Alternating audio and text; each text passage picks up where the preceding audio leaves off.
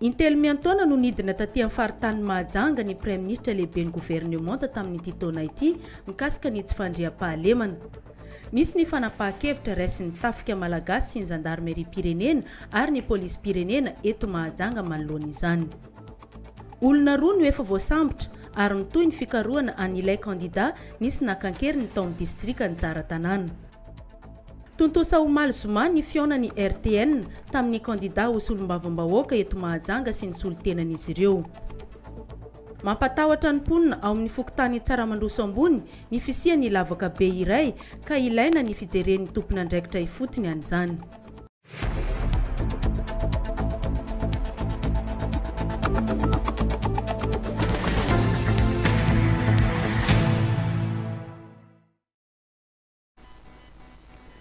Sabotsy fahenina ambin'ny folo ny volana martsa taona 2024 miaraba tompoko lasy tompoko vavy ho atsika mpanaraka ny radio telenakay manasanao ampanajana anaraka ny antsipriam-baovao hatramin'ny farany eto amin'ny RTN amin'ny ity antoandro ity.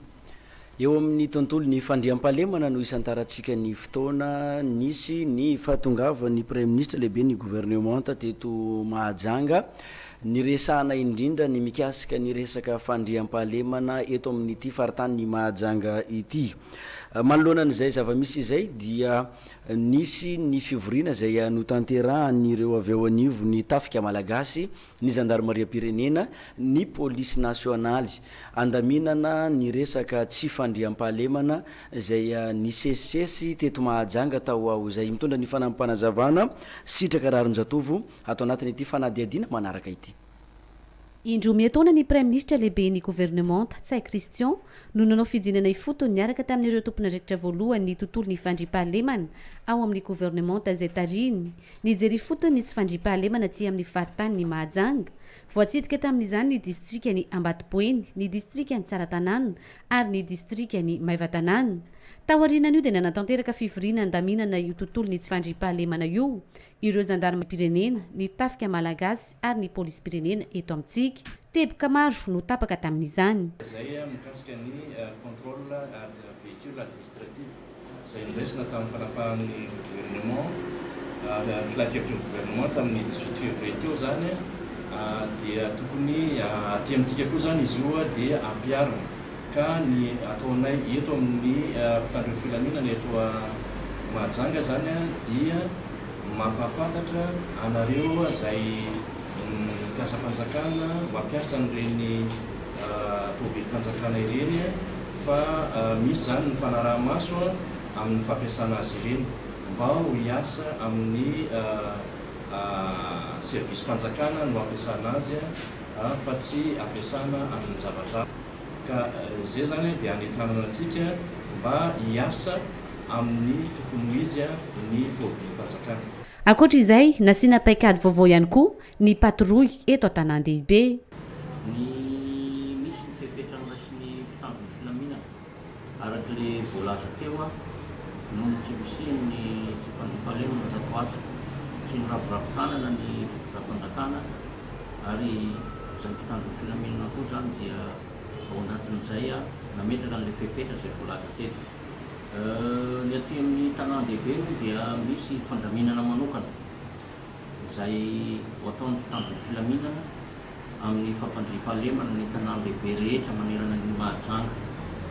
Izay ahafahantsika miaro ny vahoaka sy ny fananana ka apetraka zany izay fandaminana manokana izay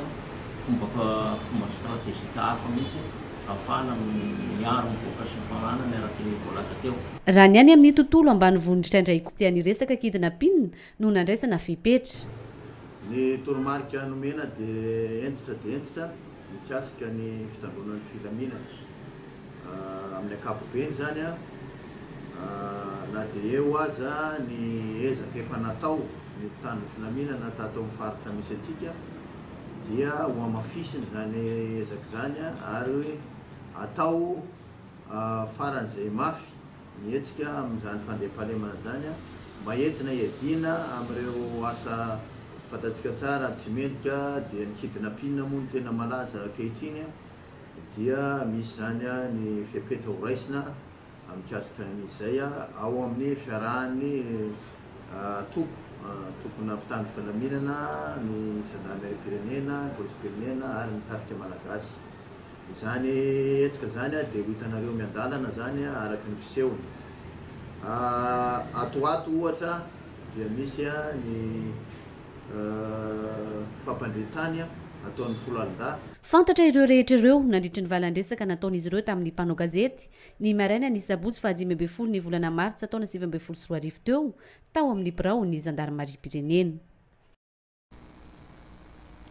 Mbola eo amin'izay pejy ny tsy fandriam-pahalemana izay hatrany araky ny vaovao izay nampahafantarina antsika teto amin'ny fahitalavitra radio telenakay andro vitsivitsy lasa izay dia nisy an'ilay kandida iray izay nisy nankakeriny tao amin'ny distrika ny tsara tanàna andro vitsivitsy lasa izay manome fanampim-baovao mikasika ny raharaha iny ny mpitandro ny filaminana avy eo anivony gendarmerie-pirenena amin'izao fotoana izao. Judith Rakotovao.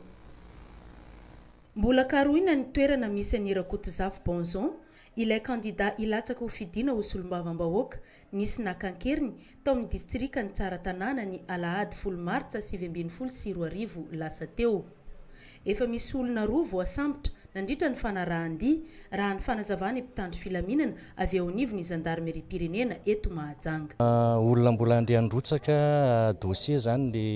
io kandida io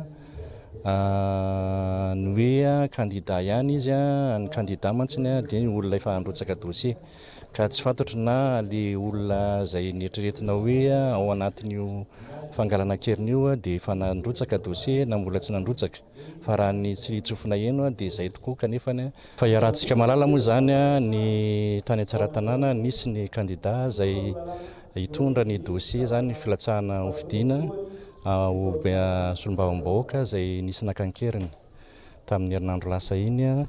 dia amin'izao fotoana zao zany ny zavatra evolution ny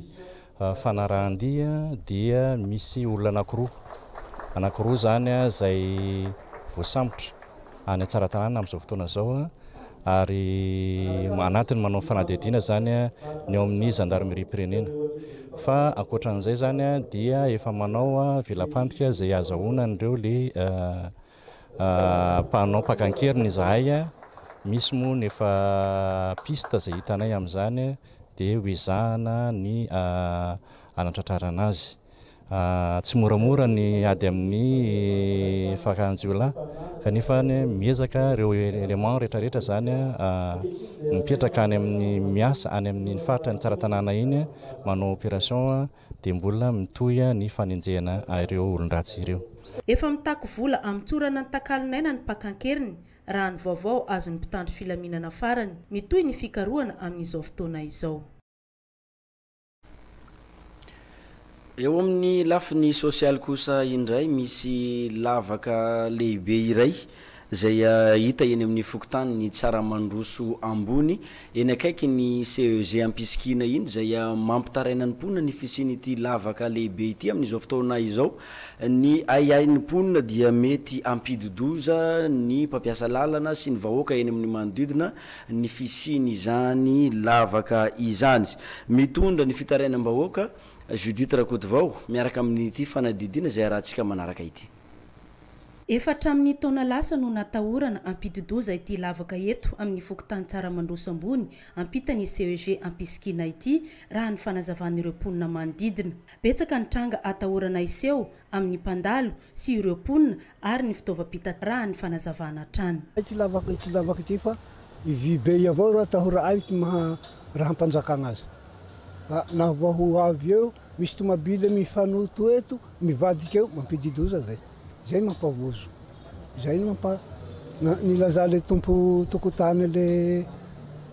raha le lavaka mety iseho amin'ny lavaka be io zany dia zao reo mpianatra ireo rehefa mirava dia eo daholo ny lalandreo dia ny mpianatra fiarovana marikosy dia rehefa mirava reo dia mijery eo daholo n'ilay ankizy ireo dia zay zao dia mety loza hitranga amin'io.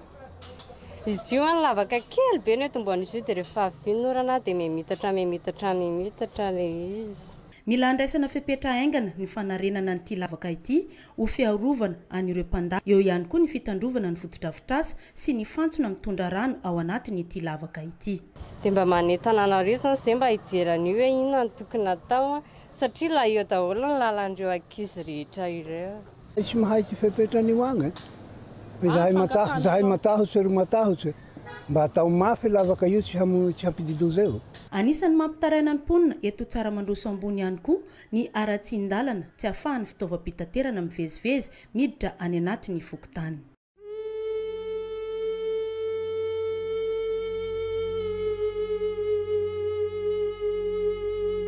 Fisaorana izay vady amanjanaka amanjafiny sy ny fianakaviana rehetra dia maneho fisaorana feno firarian-tsoa ho antsika rehetra izay tonga nidodidody tamin'ny fahalasany ava-malalanay raha tompokolay Riversoa Clément Roland. Isaorana ny mpiara-miasa aminy ao amin'ny Universitény Mahajanga, ny mpitandrina sy ny dekona, ny sekoly Alahady ary ireo mpivavaka rehetra ao amin'ny FJKM Mazona Vaovao, ny mpitandrina sy ny fiangonana FJKM Moramanga Fitiavana ary isaorana manokana ny fokotany Tsaramaroso ambany, indrindrindrindra ny mpiray vodirindrina aminy. Andriamanitra manakare-pahasoavana ane amaly fitianareo. Ialana tsiny ho an'izay tsy tratra antso noho ny efa nondrano be loatra. Misaotra indrindra tompoko.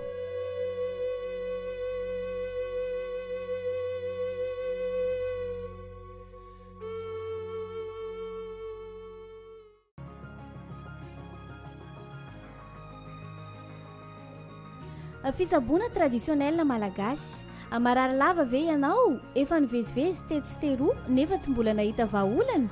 Tonga eto Mahajanga ary manomboka izao hatramin'ny faran'ny taona 2024 any toerana andraisana marary dia ao Tsaramandroso atsinana ny plateforme mitsofoka amin'ny mpivarotra koa. Tsy iza izany fa Monsieur Vincent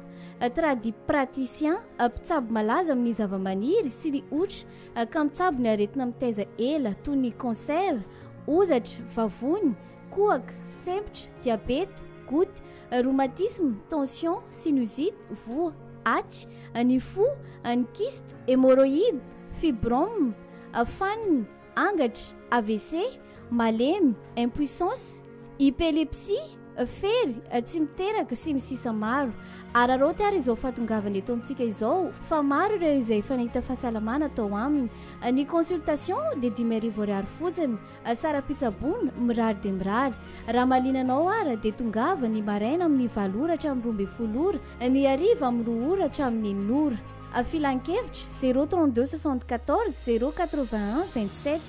033 68 092 14 034 06 059 46. Miaviabe.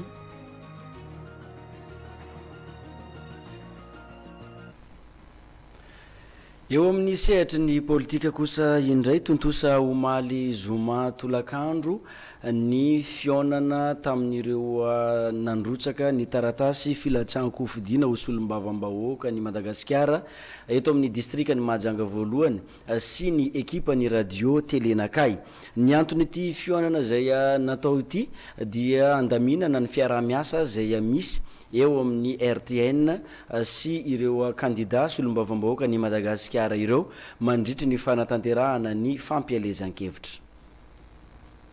Namaly ny antso nataon'ny radio télévision nanakay ny kandida ho fidiana ho solombavam-bahoaka sy ny solontenany eto Mahajanga. Tontosany Zoma 12 Martsa tolakandro teo ny fionana teto amin'ny efitrano malalaka TVHFB Ampasika. Amiko manokana aloha mahafinaritra le ezaka nataon'ny RTN satria RTN zany hatreto ny fahitako azy raha ny fanazavana tale général dia hoe tsy mitanila ary tsy makaloko na kandida anankiray zany hoe mipetraka au neutre zany ny RTN raha ny fanazavana nomeny PDG teo sy nomeny Ropanao gazety ihany koa zay aminay solontenany kandida Afakandro Christian izay anatin'ny COMAC ny comité manao ny Afakandro Christian dia mety zay aminay izy ary afapo aminay ny zavatra nomenareo fa ny nangatahana ety fotsiny ary mbola irinay averina ihany angatahany iny sy ny débat télévisé ho an'ireo kandida mba teny ho fantatry ny malagasy eto Mahajanga hoe iza ny olona tokony ho fidiana. Zahay avy eo amin'ny tiako Madagasikara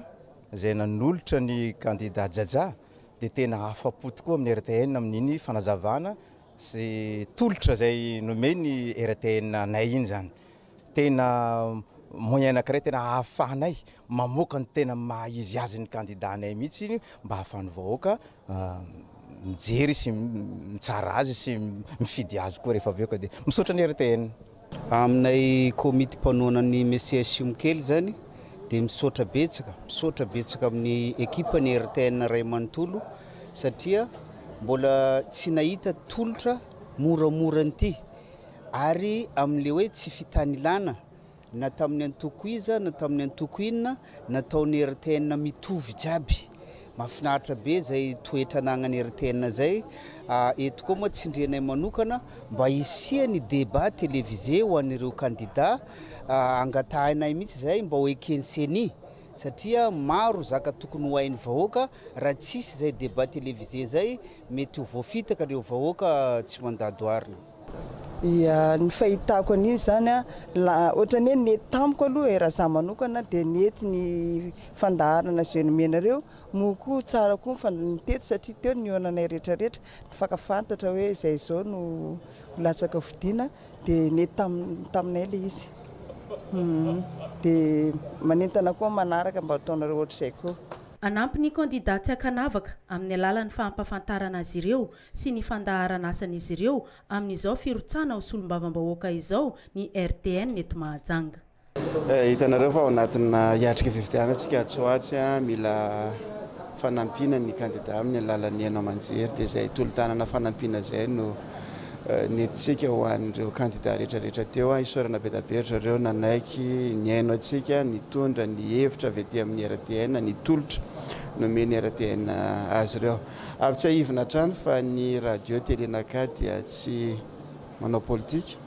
misokatra ho an'ny kandidat rehetrarehetra saika tonga teo avokoa ny solotenan'ireo kandidat rehetrarehetra ankasitrana bedabe izy ireo fa ankasitrana ihany koa ny espace TVHFB nanaiky nampiatrano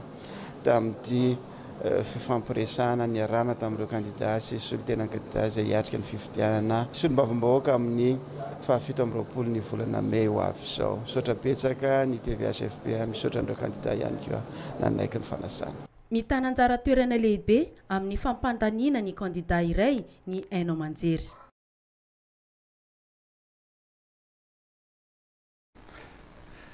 Mandray vahiny ny fotoan'ny fampahalalam-baovao vahiny voalohany raisitsika amin'ity antoandro ity ny mpikarakara ny hetsika DJ Sniper de Madagascar eto sy ny mpanakanto ihany koa La Sainte raisitsika amin'ity fotoan'ny fampahalalam-baovao ty zareo avy ao amin'ny restaurant Julira ex Baranene eny amin'ny fokotany ny tsara rano anosikely. Miaraba tompoko. Ya, voalohany teny miaraba ny Nise, miaraba ny mpijery ihany koa amin'ity atoandro ity. Miaraba ny teknisianina koa no manampita ny sary sy ny feo amin'ity atoandro ty raha tratrany ampisakafoanareo raha mbola mamainy hena hoaninareo tsofotsofotsaiky apetraotsainky mitandreny jijina eto efa tonga ny artiste atsika boka atsika fa tsisy vandy koa boka Taninarivo izy vao tonga marandray zo ty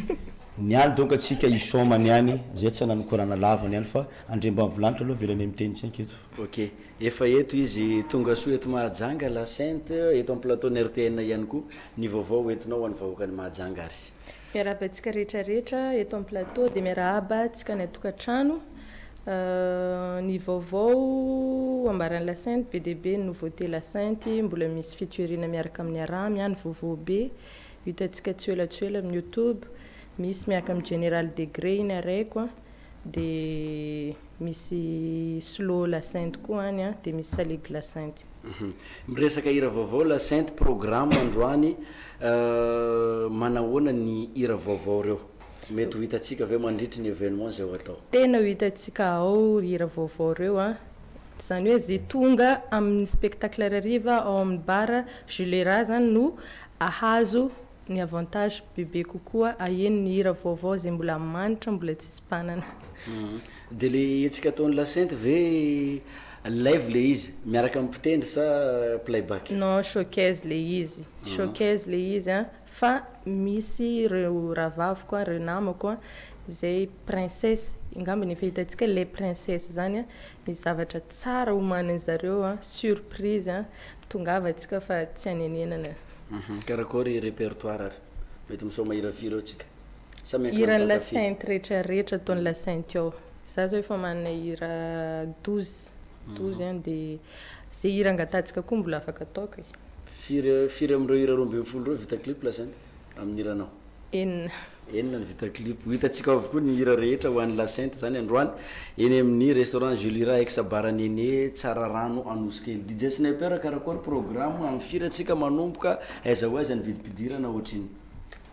Zany hoe ny vidim-pidirana tsy natao lafo, mahatonga izy tsy nataoko lafo za mitsinjo fiainan'olombelo andro asara zay tsy anany prix 25 000 koa manany prix 25 000 zay taraina atsika jiaby nataony mora zay ny fanampina ho an'olo sahirana zay eto matetika maro olo sahirana mazenga eto fa tsy hoe zay nde tady vola ampidiriny amin'ny posinay ande katramony ndraiky vady amanjanaka any an-trano any zay tsy lasa lavitra donc zay niany anareo jiaby ataovy tsara calcul niany anareo manangy de fa mandehana coiffure après midi 15h 16h zay re maka tsy karaha ataon'olo amin'ny boîte de nuit hoe 8h de mbola tsisy zay ry zany 8h30 fa plein fa guichet fermé zay re donc atsika niany misy réservation ao de isorako reo la princesse any koa miaraka amin'ny Lasinte ao anisany nanao ny tanan'izay réservation maromaro zareo ao de ho antsika olobe manam-pahendrena boka eo zay tsy mandray maboty niany faire attention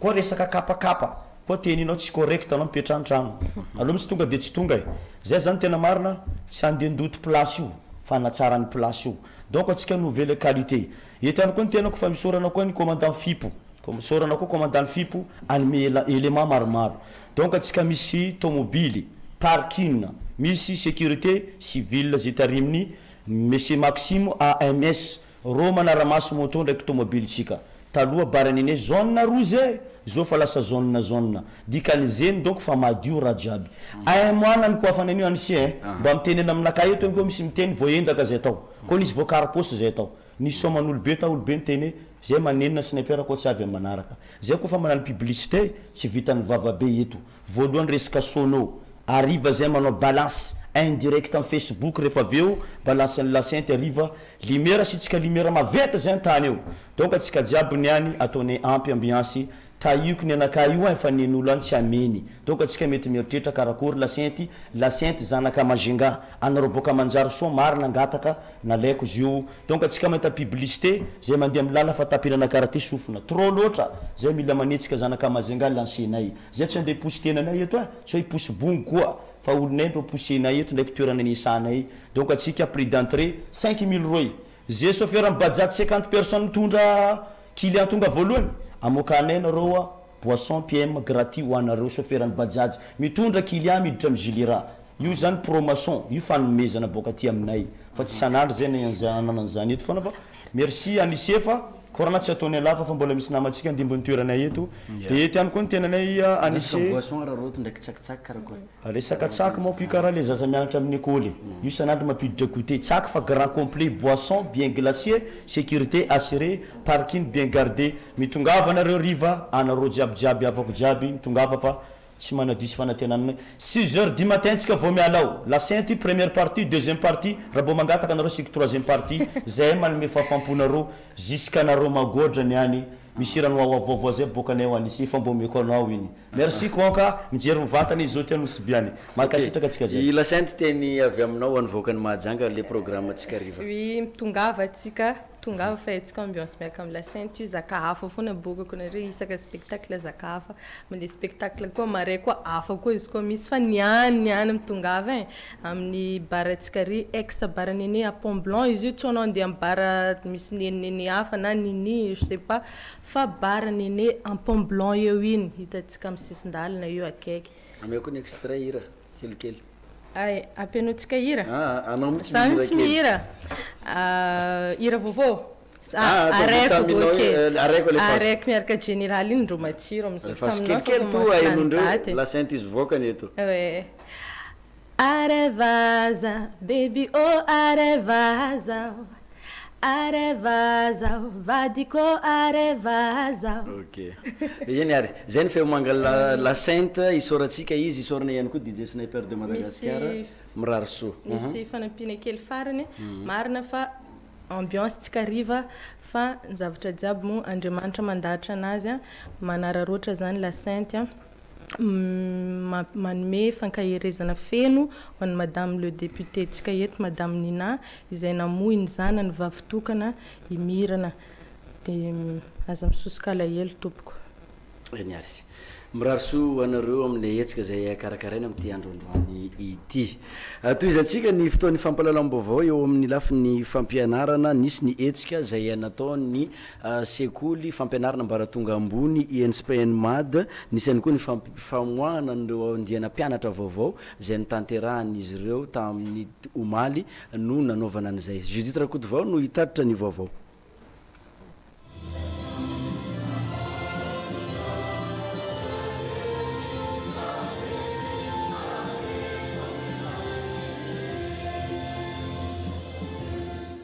Notolorana ny mari-pahaizana ara-panjakana mariky ny fahavitany fianarana ireo mpianatra ny ISPN MAD sampana transit et douane andiany faha-efatra misalotra ny anarana hoe tahiny.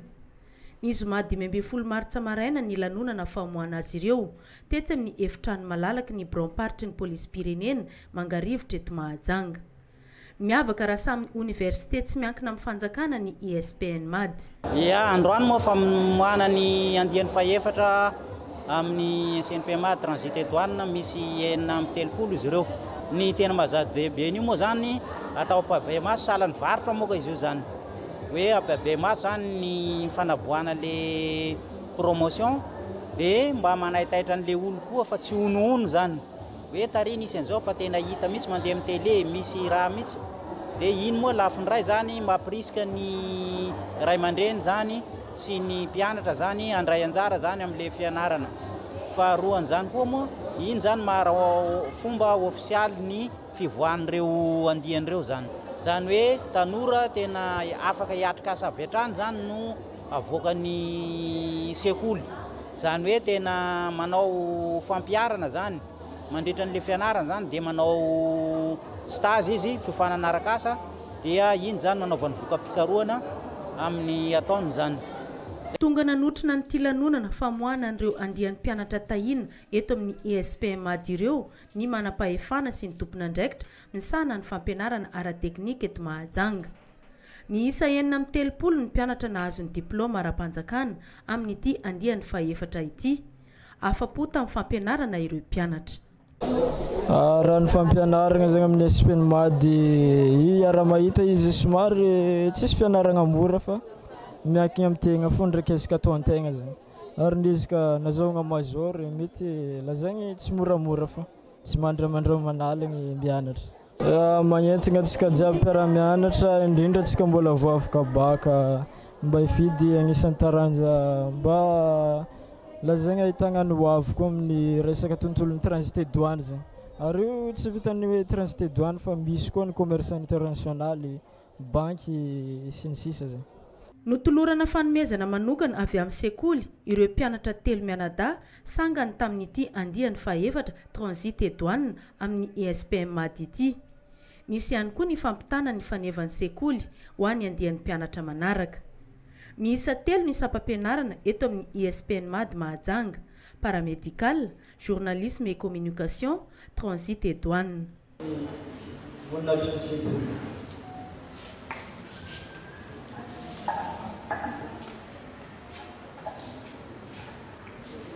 Yeni sukumala satuannya bahasa tentang yang ay una izay tanto mandakariva miasy sini sekoly.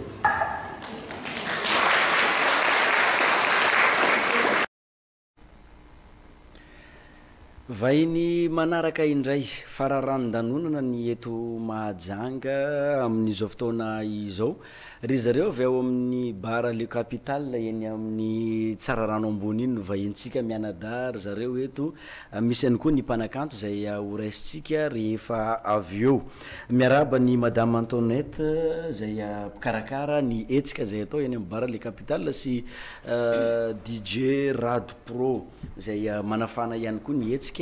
ao amin'izany toerana izany. Miaraba nisy. Miaraba anao nisy. Ahoana indray ny fandaharam-potoanantsika mifarana indray ty ny herinandro Mahajanga zay malaza amin'ny resaka famonjena an'ireo lanonana maro isan-karazany, aiza ho aiza ny fandaharam-potoana ho antsika? Ia, miaraba antsika rehetra avoaka Mahajanga manaraka ny fotoana ny fampahalalam-baovao eto amin'ny RTN izao. Weekend andro ty anisy amin'ny bar le capitale resaka eto ambiance tsika ao weekend niany ty miaraka amin'ny babalay ziko ino lelay io so mahiaraka amintsika ambiance hitatsika ao niany tsakitsaky fa pare izy ao boisson-tsika bien glacé sécurité tompoko assuré be ya eo indrindra miresaka an'izay atsika bara le capitale laiza hoe zany toerana misy azy de manahoana misy vidipidirana ve izy io ya marina eto moa zany fa bojo izy io tsisy vidipidirana 0 ariary eo atsara rano ambony amin'ny farany ligne 4 no ahitantsika ny bara le capitale bojo eny amin'ny tsara rano ambony amin'ny farany ligne 4 araky ny nambara teo izay eto ihany koa ny DJ zay anafana ny lanonana ihany koa mandritry nyty etsika androany ity manahoana indray ny endrikendriky ny ambiance ahoana ny andaminantsika azy sady misy mpanakanto misy DJ ya voalohany teny ma anise miaraba anao miaraba ny technicien anao ambady koa ihany koa ary miaraba mivoaka Mahajanga mijery anay am'izao matsana azy io ty voalohany ma zany ny androany ty tamin'ny omaly karaoké nomaly niany cabaret en lève miaraka amin'ny babalaziko première partie deuxième partie troisième partie amizay irana amin'ny DJ ny tenako ma zany voalohany anafana amizay ambiance zay mino tsy manantena anise fa maro ohatrany nomaly ihany koa olona tonga androany satria vidipidirana 0 ariary resaka sécurité aza atahorana fa force ny ao niany ty miaramila na lainay ao iamby ny vavady ary miamby miparkina ihany koa babalaziko miarabanao ya voalohany teny ma faly miaraba hokany Majunga manontolo mazava babalaziko de miaraba nareo tamin'ny plateau-ny radio Telenaka mbola tsara nisy ya mbola tsara manakory endrikendriky ny ambiance répertoire ho an'ny babalaziko ino rythme tegna somainy zany hoe babalaziko zany tsara ho fantatry ny vahoaka ya babalaziko ma ho an'izay mpiza télé na M3 na radio Telenaka mety clip agny misy décalé misy salegy misy slow donc tout rythme zay hitanao io ary cabaret baly tsy samby nagnano izy donc fa mitourné donc za mentany jiaby regny donc cabaret tanàna ty donc fa maro koa bara nangala zay ke niandra andevo amin'ny capitale donc tsisy karaha tiky donc niany ya manomboka am'firy atsika fa mandeha io ma zegny misy DJ io donc 6 heures donc DJ fa mikomansy ao 7 heures zay ko fa 8 heures zay fa izy ary zay ko fa izy karaha io fa tsy mitsoaka zay misy interprétation mandeha ao sa irano babalaziko jiaby io ma tegna ny marigny cabaret le raha satria tsy karaoké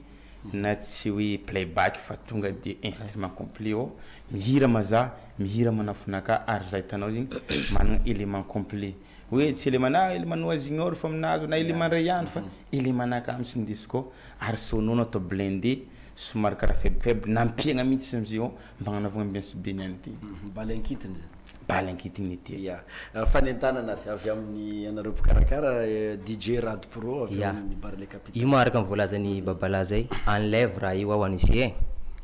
instrument complet musicien complet tsisy resaka playback mandeha ao ary zay ma zany objectif anay amin'le Barle Capitale ampivoatra ampiroboroba ny mpanakanto zay voasangany amin'ny faritry Mahajanga eto ary azadininareo koa nareo mpanakanto zokozokon'ireo mbola avy torinareo aza mavozo fa mbelao zandry ny andia mandeha koa zoko boka aveo ary zay ao Barle Capitale aza misy ayay nareo resaka hoe sécurité zany fa force sécurité na io miaramila niany ary faharoa manaraka an'izay koa maranako azy eto tongava maro iavako hoe fa ianareo mampalaza ny capitale zany manangy reo mikarakara resaka tsakitsaky complet zay tadiavinareo misy boisson nay koa mbola bien glacé ao na nareo mbola tsy haiko koa karakory anareo manatelina anazy fa tena bien glacé amin'ny akitiny anisy ary nao invité ne mba tongany koa niany anisy ok ary misy teny foy avy amin'ny babalazy koa maranantsika ndresadresaka manahoana ndresaka nouveauté na hira amty ya za ma tsy teto fa ilaza tsy teto zegny izy mazoty agnatin'ny saison fa mironankira zay mizoty nareo doko mahita agny fa hoe impody amamanzanako ndraiky araiky vadoko tsy vamba farampara mamporokoraka Majunga be zay hoe vadoko tsy vamba ziny vamba fofa nono fatahorany saraka zegny nampodiny le viavy tsy nimpody nataony hoe vadoko tsy vamba fo izy donc misy araiky zay mbala itoy zegny hoe misy tsy vady fa tragno araiky koa agny efa parima audio fa amin'ny capitale atsika maregny niany hoe tsy vady tragno satria tragno araiky ireo fa tsy fagnaraka koragna donc zegny hoe tsy vady fa tragno araiky avy amin'ny capitale atsika tongava olo jiaby fa hoe agnano clip antsika io miaraka amin'ny hoe vadiko tsy vamba igny fa vita igny fa hoe tsy vady fa tragno ray koa avy koa zao ty hoanzay agnano clip babalaziko sur Facebook donc agny antsika mikoransa tonga va maro jiaby vaokany Mazinga fa ambiance tsisy karaha tiky niany karaha zay izy arak'izay dia lanonambeny ao amin'ny bara le capitale amin'ity sabotsy ity eny tsara rano ambony eny amin'ny farany zotra faefatra taxi be zotra faefatra iny no ahitana an'izay bara le capitale izay isoratsika ny mpikarakara nahitana ny madame Antoinette zay niakatra teto teo eny koa ny mpanakanto Babalaziko sy DJ Rad Pro zay manafana ny lanonana mandritry nyty etsika zay tanterahina androany ity mankasitraka tompoko de mirarso toezatsika ny fotoana eo amin'ny lafin'ny finoana misy ihany koa ny fandaram-potoana zay arahina miaraka amin'ny fiangonana iray eto Mahajanga amin'izao farany herinandro izao arahantsika ny tafa sy ny resadresaka zay ny fanaovana tamin'izy ireo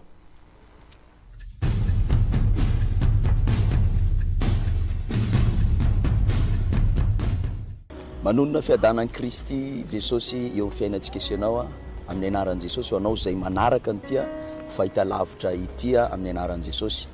miarabanao zahay ato amin'ny International Sauterra Ministry amin'izao ora izao satria manan-javatra zaraina sy omenanao indray izay amin'ny herinandro ity amin'ny anaran'i Jesosy tadideo amin'ny anaran'i Jesosy fa nisy zavatra tahaka zao nisy tao amin'ny tantaranao baiboly tao amin'ny 2 Mpanjaka 7 tao nisy tantara anankiray zay nisy nantsona hoe Elisa mpaminany zay nitondra teny tamin'ny fitondrana tao amin'ny baiboly de ozy izy io lehilahin'Andriamanitra hoe rapitso tahaka zao ozy izy dia miaina nividy ny vary zany hoe zany raha ohatra ka 500 nividin-javatra tamin'izay de ozy izy hoe rapitso de 50 vidiny kapokambary de ozy olona anankiray zay teo fitondrany mpanjakana niteny sy nilaza hoe na de nokatra varavarakely ve ozy izy lanitra Jehova mba misy zavatra ho vita zany satria io lehilahy io pahay mpanaraka toe-karena fantatra ny raha miakatra vidy soloka fantatra ny raha midina vidiny soloka arakaraka zay zavatra zay no fafany zavatra miaina sy midina de ozy izy nefa nivava mpaminany tamin'izay hoe fa ahita masonao izy izy fa fanao kosa tsy hinana de ina zavatra nisy tiako lazaina aminao tadio tsara amin'ny anaran'i Jesosy fa rehefa misy natao hoe famangin'Andriamanitra dia tapitra treo natao hoe mandeha amin'ny kajy sy lôzika mangina treo ny diplôme mangina teo ny fahaizanao hoe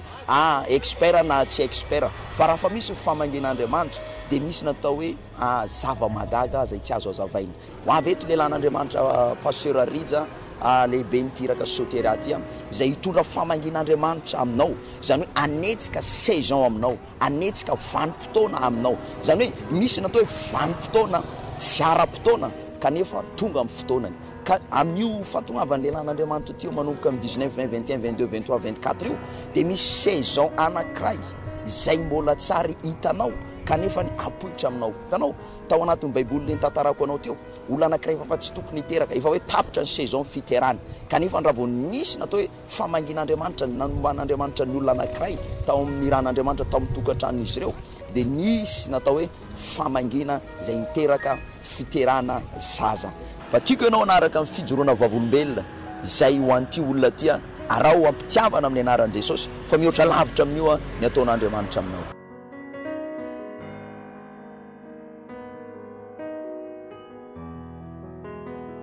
nanoka tamin'ny volana février 2017 fa izy nilaza zay nataony tompo taminy tao anatin'ny vavaka fanasitranana voangany anarako amiadavoninatra n'Andriamanitra ny volonkolona eto fa misy fampianarana nataony pastiara Rija sy vadika mahery vaika tao anatin'izany de sika somatsara fitanako adoraty tia de any amerina voninahitra n'Andriamanitra na de nitafianarana tao anatin'ny AVC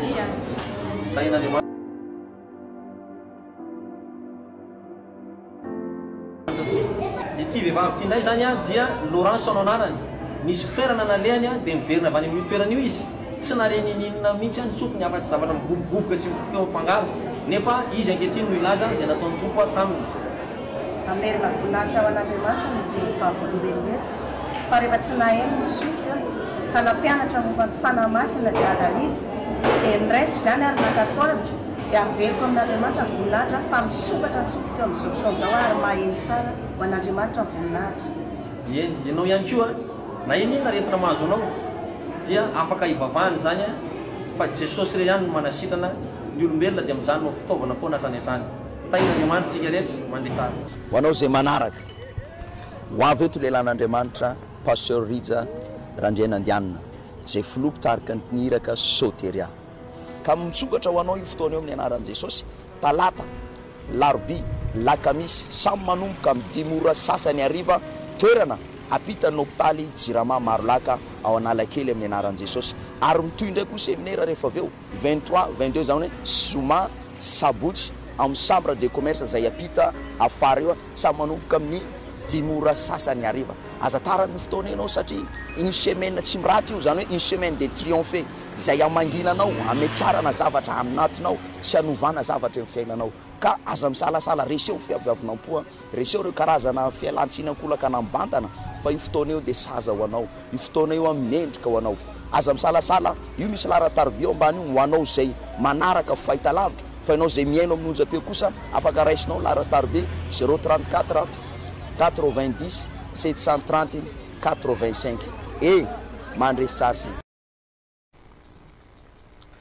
fa tafaverina ny tanindrazana omaly ny filohan'ny repoblikan'ny Madagasikara Rajoelina Andrinirina rehefa avy namonjy ny fionana iraisam-pirenena tany Kenya nisy ny tafa zay nataony ity filoham-pirenena malagasy ity tamin'ny mpanao gazety teo ampatongavana nanome fanazavana ny filohan'ny repoblikan'ny Madagasikara Andry Rajoelina mikasika ny aian'ny mponina amin'ny fametrahana ivitoerana industrialy ao Moramanga sao lasan'ny vahiny ny tany malagasy amin'ny hektara maro teo ampatongavana avy namonjy fivoriana iraisam-pirenena tany Kenya no nanatanterahany an'izany ny zoma 12 martsa 2024 aoka zavana resaka Madagasikara tsy amidy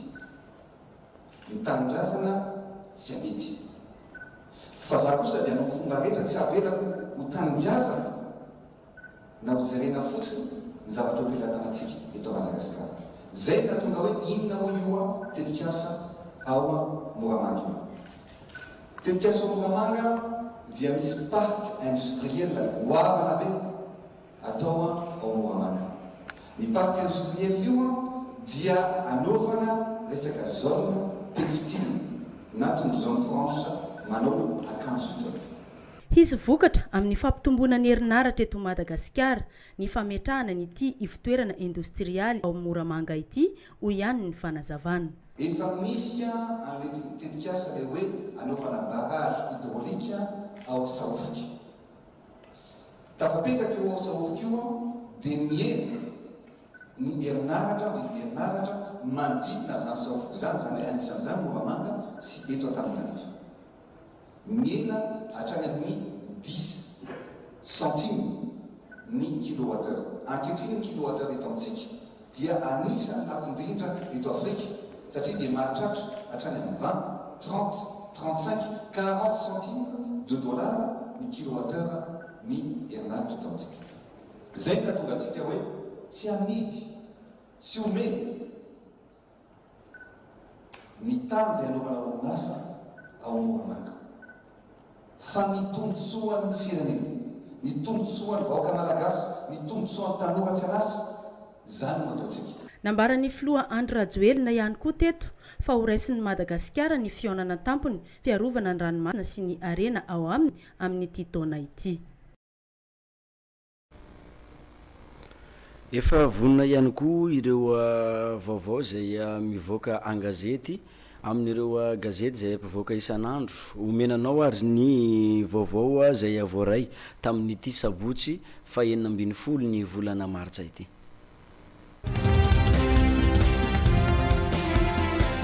ny vaovao misongadina gazety voaray teto amin'ny radio télé nakay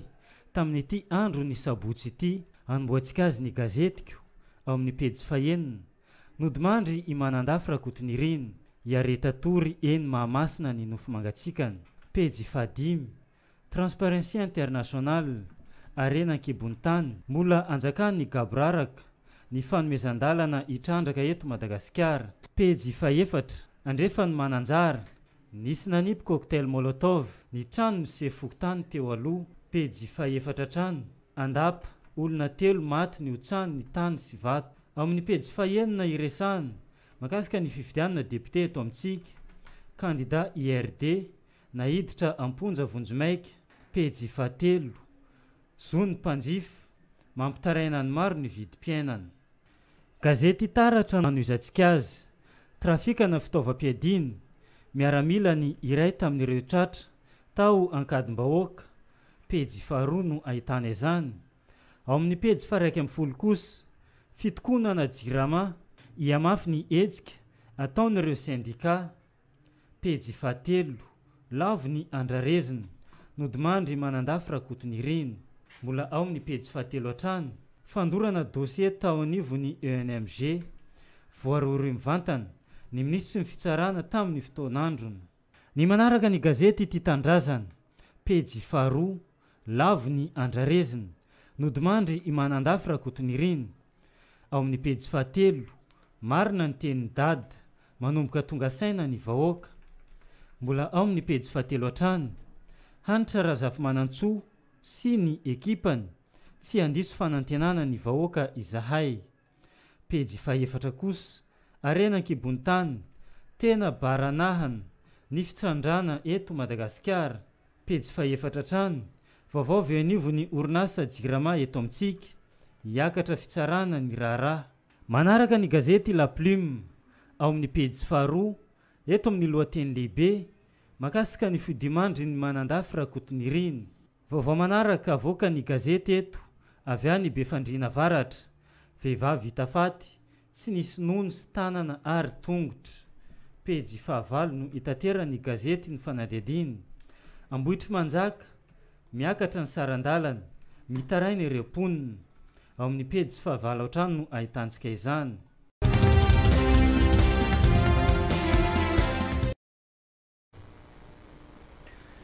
efa mandeha ihany koa amin'izao fotoana izao ny hetsika zay ataony candidat iray zay nanatitra ny antotataratasy eo amin'ny fifidianana solombavam-bahoaka ny Madagasikara eto amin'ny district ny Mahajanga voalohany dia i candidat Ashimokely izany manomboka manatona tsikelikely ireo olona zay afaka hiara-iasa aminy ity candidat solombavam-bahoaka ny Madagasikara eto amin'ny district ny Mahajanga voalohany ity nisy ny fionany tamin'ny tambazotra miaro ny zony mpanjifa Aldora Kotorlala raikitra avy hatrany ny fijerena fara-miasa amin'ny sehatra miay sy mijery ny vahoaka mivantana ho an'ny candidat député eto amin'ny district ny Mahajanga voalohany tsy izay izany fa i Ashimokely nanantona ny tambazotra miaro ny zony mpanjifa eto Mahajanga i Ashimokely sy ny ekipany ny zoma fa 15 volana marsa teo ny fampiresaka mivantana ary nijery ihany koa ny fomba azo iaraha-miasa sy manome tanana ity tambazotra miaro ny zom-mpanjifa ity tsotra ndraiky koa tena diray ato misaotra ny zom-mpanjifa zahay satria hitanay ny asana zom-mpanjifa mitovy amin'ny asan'ny député hitanay koa ny zom-mpanjifa mba anisany namaholana ny vahoaka eto Mahajanga ka zay nangataka fiaraha-miasa tamin'ny zom-mpanjifa amin'ny maha candidat député tena afapo izahay amin'ny fomba fiara-miasandreo amin'ny fomba famandreo olana vahoaka indrindra amin'ny fandraisandreo izahay izay candidat taritiny indrindra tenako ka noho izany nametraka fepetra be dehibe izahay tao amindreo hoe vonona zahay hiara-iasa amindreo vonona zahay anampindreo na alohan'ny fifidianana zany na rehefa lany izahay misy voatsirambony tananay ho arotsaka anay anatin'ny kitapom-bolany zom-mpanjifa satria zom-mpanjifa tokoa manao asa fitiavana manao asa tsy vazoam-bolana dia nametraka zay hoe handrotsaka amin'ny kitapom-bolany zom-mpanjifa zay par mois mba crédit hahafandreo miasa sy ny fond de caisse-ndreo hampamoramora kokoa ny asa reo satria betsaka ny vahoaka tonga ato ary zay hafapo tena hafapo amin'ny asan'ny zom-mpanjifa eto Mahajanga zay antony zay tonga hanolotra tanana vonona zahay iara-iasa amindreo hanatevany tsara vitandreo eto Mahajanga ny tambazotra miaro ny zony mpanjifa eto Mahajanga sehatra iray miara-miasa mivantana amin'ny vahoaka ary mijery ihany koa ireo olana menjady eny amin'ny fiarahamonina izay mpiaro ny zony mpanjifa tokoa moa zany manelanelana ny fanjakana sy ny mpanjifa miara mitady olana miara-mitady vaolana amin'izay olana rehetrarehetra misy efa niteny foana ny tenanay tamin'ireny député reny zany hoe ny mpiary ny zony mpanjifa sy ny solom-bavam-bahoaka dia asa hitovitovizana le izy ka niteny zay tamin'ireny député reny hatramin'izay hoe tsara antsika miara-miasa rehefa tsy eo anareo dia ny assistant-reo tokony miara-miasa aminay satria ny problème entin'ny vahoaka ato aminay dia tafiditra amin'ny asan'ny député avokoa ka tsara antsika ny fanome tanana dia hatramin'izao moa tsy dia nahafa-po ny fiara-miasa dia androany moa zany misy candidat tonga ato aminay tsara ho marina fa ny mpiary ny zony mpanjifa dia société civile tsy manao politika zany hoe tsy manao politika izahay fa zay tonga ato aminay dia raisinay satria raha resaka mahakasika ny fanasoavana ny vahoaka no andanana ato aminay dia raisinay ka rehefa tonga ato aminay moa zany candidat simikely milaza izy fa mety aminazy ny fiara-miasa aminay tsy manosobon-tanana zahay zay olona iara-iasa aminay fa tsara ho marina fotsiny tsy manao politika zany ny fikambanana ato fa misy mpanao politika ny mpikambana ato fa izay dia tsy manao politika dia niteny moa zahay raha iara-iasa aminay ianao dia afaka ataonay ny miara-miasa amin'izay olona te iara-iasa aminay fa ataovany taratasy daholy ny zavatra rehetrarehetra tianao apetraka dia raisinay iny dia valinay an-taratasy koa ary tsy maintsy alefanay ny président national hitoetrany ny dia sy ny fijerenay fotony ny vahoaka amin'ny alalan'ny asa ho an'ny candidat Ashimkely sy ny ekipany. Mbola mitoy amin'izao fotoana izao ny fanamariana ny anaran'ny mpifidy ao anatin'ny lisam-pifidianana izay misy eny anivon'ireo fokotany eny amin'ny roapolo eto Mahajanga. Isan'ny manatanteraka izany ao amin'ny fokotan'ny Tsaramandroso ambany.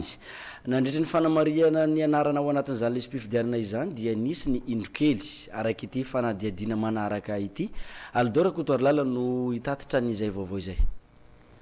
Nahitana tsy fihetezana ny lisam-pifidianana rehefa naverina eny anivo ny fokotany raha hoany ny fokotany Tsaramandroso ambany manokana. Misy ny olona efa tao anaty listra ary rehefa nifidy tamin'ny fiodinana voalohany sy ny fiodinana faharoa tamin'ny fifidianana filoham-pirenena farany teo iny. Ankehitriny nefa tsy hita ao anatin'ny listra intsony ny anarany. Mpifidy telo hafa ihany koa efa nanoratra anarana nandritra ny famenona ny lisam-pifidianana tao anelanela ny voalohany volana Desambra 2024 hatramin'ny volana Febroary lasa teo. Tsy tafiditra ao anatin'ny listra ihany koa ireo olona telo ireo. Eto moa zany milaza ny tena hoe misy tsy fihetezany tamin'ny namerena ny liste électorale taty anivon'ny fokotany Tsaramandroso ambany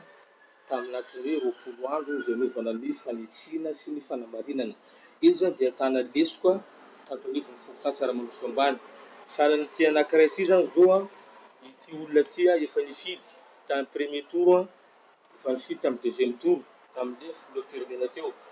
nefa tsy tafiditra indray izy ao anatin'ny liste zay tonga taty anivon'ny fokotany Tsaramandroso ambany. Dia sahalan'izay koa zany ireto ahitana coupon anankitelo aloha hatreto. Ireto olona reto izay nanoratra anarana vaovao talohany le 15 février 2019 zay nampitirinay anarany tanatin'ny liste électorale. Nefa raha voatonga ny liste tsy ao anatin'ny liste indray ireto olona reto. Ka eto ny tenako zany dia manao fanentanana ho antsika mponina ny Tsaramandroso rehetra. Raha mahatsapa tena ianao fa feno le 20 taona teo ka raha nifidy ianao tamin'le filoham-pirenena dia mitongava tompoko manamarina anaranao so lahy tonga indray ny daty tena hoe midy tanteraka ny fanamarinana na fanitsina ny liste électorale eo atsika voafany metsina eo ndray tsika voafany metsina efa aveo avy amin'izy indray ny erreur nefa ny tenanay efa manentana ihany hoe mitongava tompoko mitongava fa 20 andro donc zany 20 andro donc efa kely zany sisa tavela amin'ny 19 mars zao zany ny farany anaovana ny fanitsina an'io liste io. So matatsika mieritreritry fa hoe azay nefa nifidy ahoana anarana tsy ao zay no mahatonga anay tokony andraikitra eto milaza aminareo mitongava tsy akanavaka io. Mbola mitohy hatramin'ny 17 volana Marsa izao ny fanaovana fanamarina ny anarana ao anatin'ny lisam-pifidianana eny anivon'ny fokotany ka mbola iantsona ny rehetra izany mba ialana amin'ny tsy fihetezana tampoka raha nambarany sefokotany.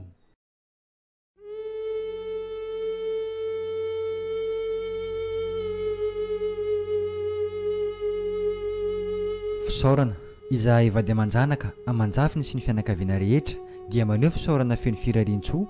ho antsika rehetra izay tonga ny dodidody tamin'ny fahalasany ava-malalanay raha tompokolay Reversoa Clément Roland. Isaorana ny mpiara-miasa aminy ao amin'ny Universitény Mahajanga, ny mpitandrina sy ny dekona, ny sekoly Alahady ary ireo mpivavaka rehetra ao amin'ny FJKM Mazona Vaovao, ny mpitandrina sy ny fiangonana FJKM Moramanga Fitiavana ary isaorana manokana ny fokotany Tsaramarosambany, indrindrindrindra ny mpiray vodirindrina aminy. Andriamanitra manakarepasoavana ne amaly fitianareo. Ialana tsiny ho an'izay tsy tratra anso noho ny efa nondrano be loatra. Misaotra indrindra tompoko.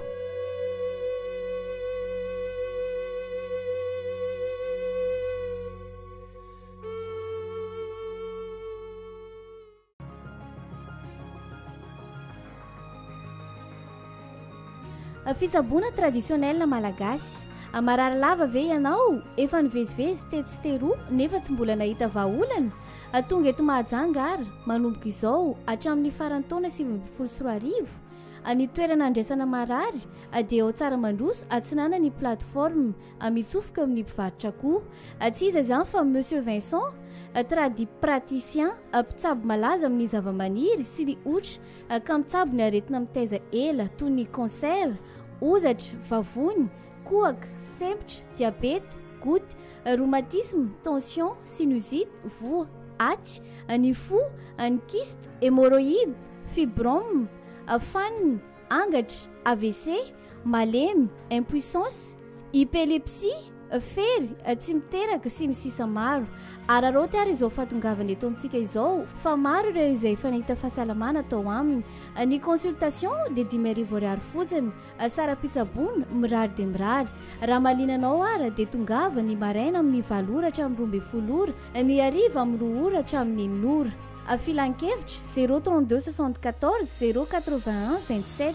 033 68 092 14, 034 06 059 46. Miavia be.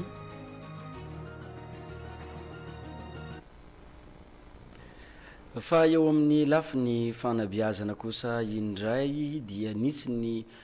fanambarana ny tombanezaka vita tamin'ny taom-pianarana lasa teo iny izay anoentiny lehibe ny faripadidim-pampianarana Mahajanga voalohany Ndea Patrice tamin'ireo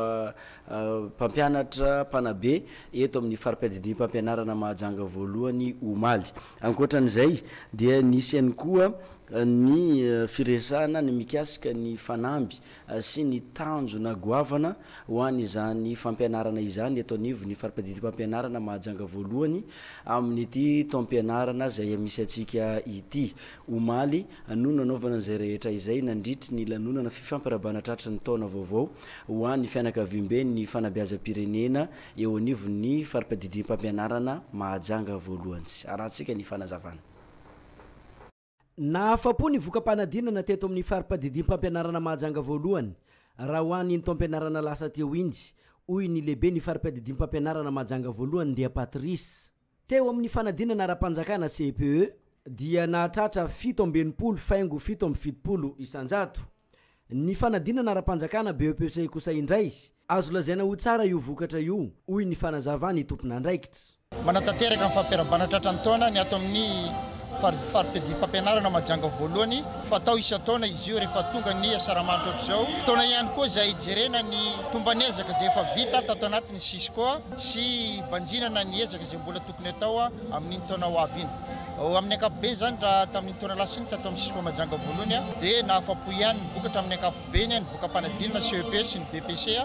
toy izay ihany koa ny fiaraha-miasa avy tamin'ny ireo sekoly tsy miankina izay mpiara-mombonampoka akaiky indrindra ny Sisco Mahajanga voalohany dia mipetraka foana izay fiaraha-miasa izay. Efa voaloha ihany koa ny tambokarama an'ireo mpampianatra eo anivon'ny sekoly miahy teny. Mitovy amin'izay ihany koa ny tambokarama ho an'ireo mpampianatra zay ananatanteraka ny fanadinana ara-panjakana BEPC raha ny fanazavana azo avy amin'ny lehibe ny faripiadidim-pampianarana mahajanga voalohany manana tanjona goavana ny eto anivo ny faripiadidim-pampianarana mahajanga voalohany raha ho an'ity taom-pianarana zay misy atsika ity subvention ho an'ireo sekoly tsy miankinareo a dia efa nivoaka tamin'ity taona 20 sorarivo ty a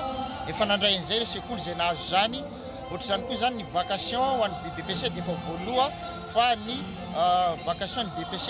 fa ny 20 sorarivo zany no andrasana zay tsy ho ela dia tonga zany vacation zany arandrainy zany ireo mpampianatra zay nisitraka an'izany vacation va 20 sorarivo zany ny tanjona ho an'ity taona vaovao sy 20 sorarivo ty ho an'ny Sisiko Majanga voalohany dia ny fanatsarana ny fitantanana aloha voalohany indrindra ho an'ny Sisiko Majanga voalohany dia ny fampitaovana raha azo atao an'ireo sekoly dia amin'izay rehetrarehetra zay moa mazava ho azy ny fampiakarana ho tsaratsara kokoa ny vokatra atao anaty Sisiko Majanga voalohany efa vonona ihany koa ny faripiadidim-pampianarana Mahajanga voalohany hiatrika ny fanadinana ara-panjakana raha ho an'ity taom-pianarana ity efa mandeha ny fikarakarana amin'izao fotoana izao toy ny fandraisana ny antota taratasy rehetra ho an'ireo hiadina amin'ny fanadinana ara-panjakana CPE sy ny fanadinana ara-panjakana BEPC nisy ny lanonana fifamparabana tratry ny taona vaovao natao ny fianakavimbe ny faripiadidim-pampianarana Mahajanga voalohany teto amin'ny sekoly Charles Renel tamin'ny zoma fa 5 ny volana martsa teo masoandro nodiny nampalahelo teto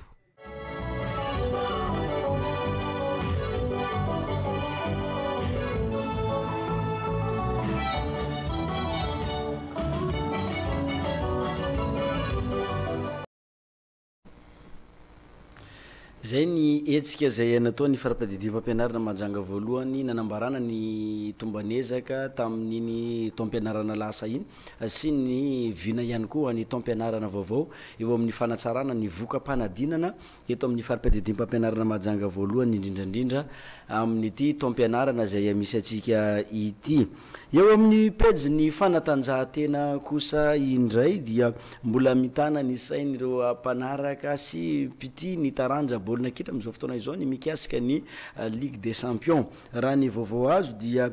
tontosa ho Malta ho Suisse ny antsapaka ho an'ireo ekipa zay ifaninana amin'ny dingana ampaefadalana eo amin'izay Ligue des Champions izay isan'ny lalao goavana zay andrasany maro amin'izao fotoana ny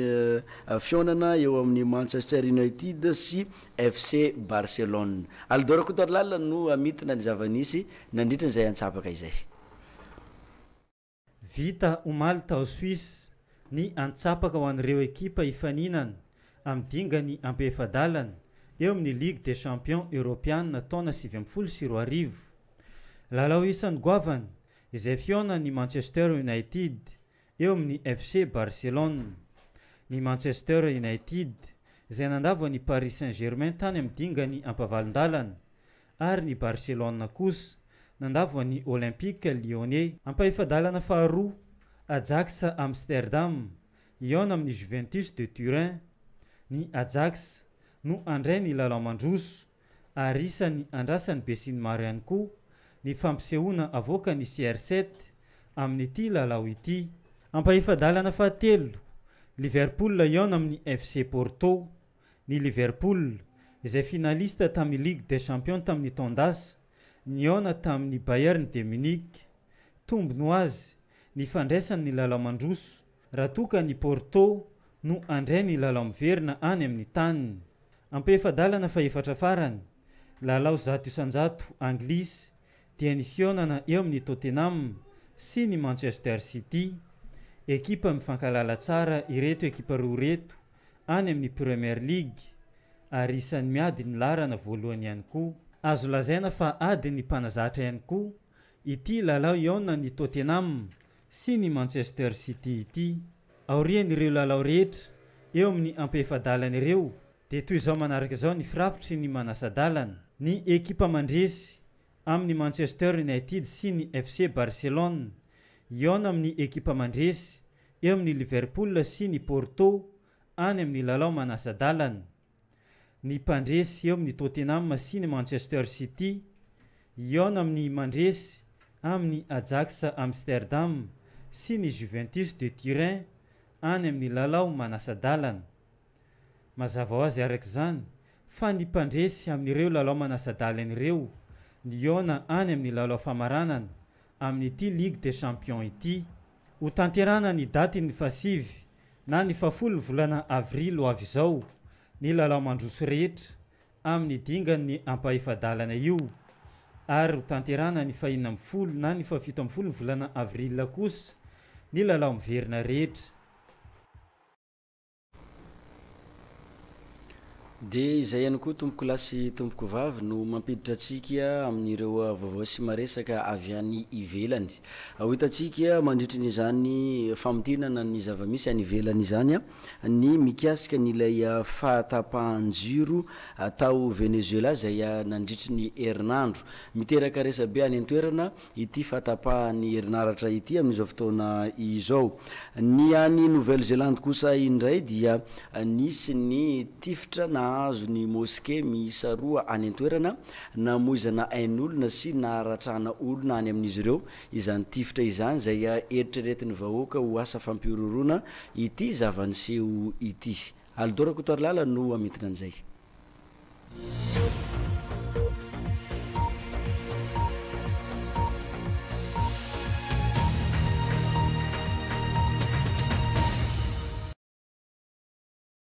Au moins 40 morts et une vingtaine de personnes gravement blessées. C'est le dernier bilan des attaques. Olona misa sy vembefapolo no fantatra fa namoiny ainy ary efapolo mahery hafa naratra mafy. Vokatry ny tifitra vararaka ny seho tamin'ny moské roa samihafa tany Nouvelle-Zélande. Asa fampirorona avy hatrany no nanasokajina izao zava-niseho izao hoy ny vahoaka tany an-toerana. Omaly zoma nandritra ny fitaom-pivavahana no niseho ny fitifirana. Nanomebeko avy hatrany ny Prime Ministre mba anakatonana vonjy-maika ireo moské rehetra any Nouvelle-Zélande mba ialana amin'ny fanafiana hafa izay mety seho tampoka. Tsy fantatra mazava ny isan'ireo nanatanteraka ity asa fampirorona ity fa raha nambara ny polisy any an-toerana dia miisa 4 no tomponantoka ka 3 no lahy ary iray vavy. Efa nisy ny olona voasambotra ary anaovana fanadihadiana amin'izao fotoana izao. Ont été découverts dans leur voiture, coincés par la police.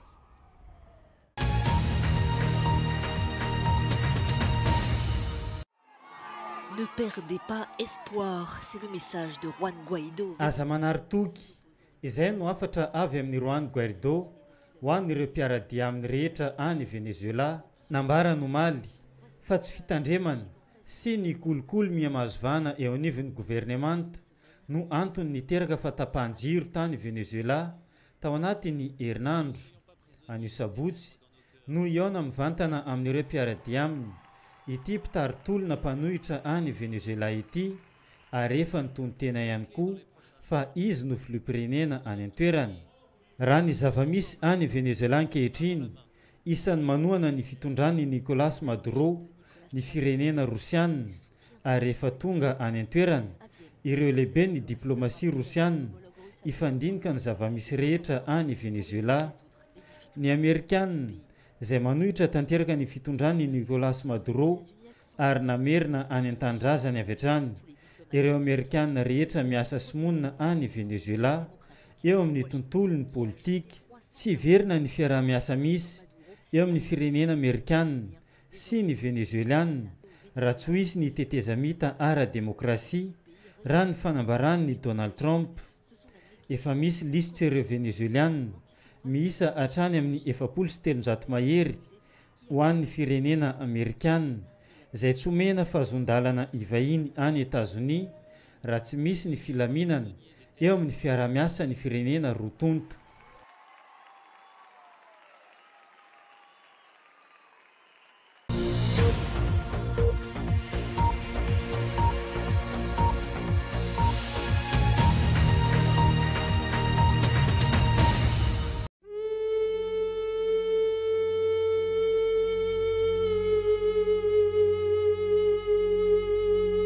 Fisaorana izahay vady aman-janaka aman-jafiny sy ny fianakaviana rehetra dia maneho fisaorana feno firarian-tsoa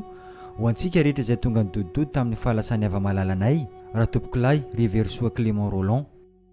Isaorana ny mpiara-miasa aminy ao amin'ny oniversitény Mahajanga, ny mpitandrina sy ny dekona, ny sekoly alahady ary ireo mpivavaka rehetra ao amin'ny FJKM Zona Vaovao, ny mpitandrina sy ny fiangonana FJKM Moramanga Fitiavana ary isaorana manokana ny fokotany Tsaramarosambany, indrindrindrindra ny mpiray vodirindrina aminy. Andriamanitra manakarepasoavana ne amaly fitianareo. Ialana tsiny ho an'izay tsy tratra antso noho ny efa nondrano be loatra. Misaotra indrindra tompoko.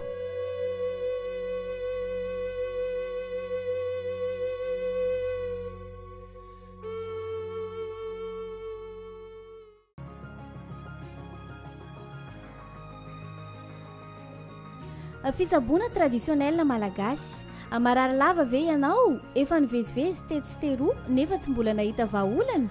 Tonga eto Mahajanga ary manomboka izao hatramin'ny farany taona 2024. Ny toerana andraisana marary dia ao Tsaramandroso atsinana ny plateforme amitsofoka amin'ny mpivarotra koa. Tsy iza izany fa Monsieur Vincent, praticien, mpitsabo malaza amin'ny zavamaniry sy ny otra ka mitsabo ny aretina mitaiza ela toy ny cancer, ozatra, vavony, kohaka, sempotra, diabeta, goutte, rhumatisme, tension, sinusite, voa, aty, ny fo, ny kyste, hémorroïde, fibrome, faniny, angatra, AVC, malemy, impuissance, épilepsie, fery, tsy miteraka sy ny sisa maro. Araroty ary izao fatongavana eto amintsika izao fa maro ireo izay efa nahita fahasalamana atao aminy. Ny consultation dia 10,000 ariary fotsiny, sara pitsaboana mirary dia mirary. Raha malinanao ara dia tongava ny maraina amin'ny 7 ora hatramin'ny 12 ora, ny hariva amin'ny 2 ora hatramin'ny 9 ora. Filan-kevitra 032 74 081 27 033 68 092 14 034 06 059 46. Miavia be.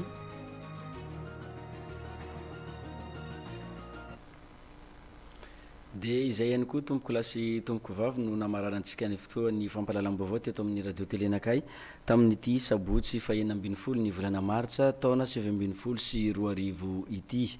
Isaorana antsika nanaraka zany hatramin'ny farany mankasitraka andreo namana mpiara-miasa ihany koa izay nanampy ka nafahana nanolotra nyreny vaovao teo ireny. Fotoana metrako ny velomy mandrapitafa ho amin'ny herinandro ambony indray, mirary farany herinandro mahafinaritra ho antsika rehetra. Velomy tompoko.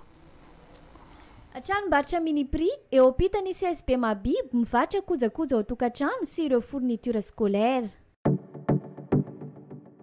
Bijoutier Sadek Majanga et DJ Sniper de Madagascar Monjotsika Job et Majanga. Soirée dancehall Mangawichi et show live avec la Sainte. Samedi 16 mars 2019 à partir de 21h au restaurant Julira ex Baranene Bon Blanc. Majanga, invité spécial, princesse de Majanga, en poudre Kunrencho Sumazavam Nam Datsika. Samedi 16 mars 2019 à partir de 21h au restaurant Julira ex Baranene Bon Blanc. Majanga. Aouni Futuatsika, Pafa 2000 ariary na 2000 francs FMG. Au platine, Zana Kenit Sima Gagatsika to Majanga. DJ Sniper de Madagascar Baba. Ambiance Simila Sikidi, Simila Pumasi. Fadrosana Harfu Pumasnai. Et Majanga avec Jabane Rom Quartier. Farexa Doy to Majanga jusqu'à Maniakanda. Kiaza Mismalaki Milefofu. Partenaire, M3 TV, RTN. Sponsor, Bijoutier Sadek Majanga. Suratom Jorum Tene M3 TV eto. Signam RTN Datsika. Samedi 16 mars 2019. Show live miarakam la Sainte. Que prix d'entrée na to lave mafatsika tio miarakam Suma. Sécurité assurée. Parking bien gardé. Et miaramongo atsika roe la Sainte. Restaurant Snack Bar Julira, ex Baranine, nanolotra anao teo.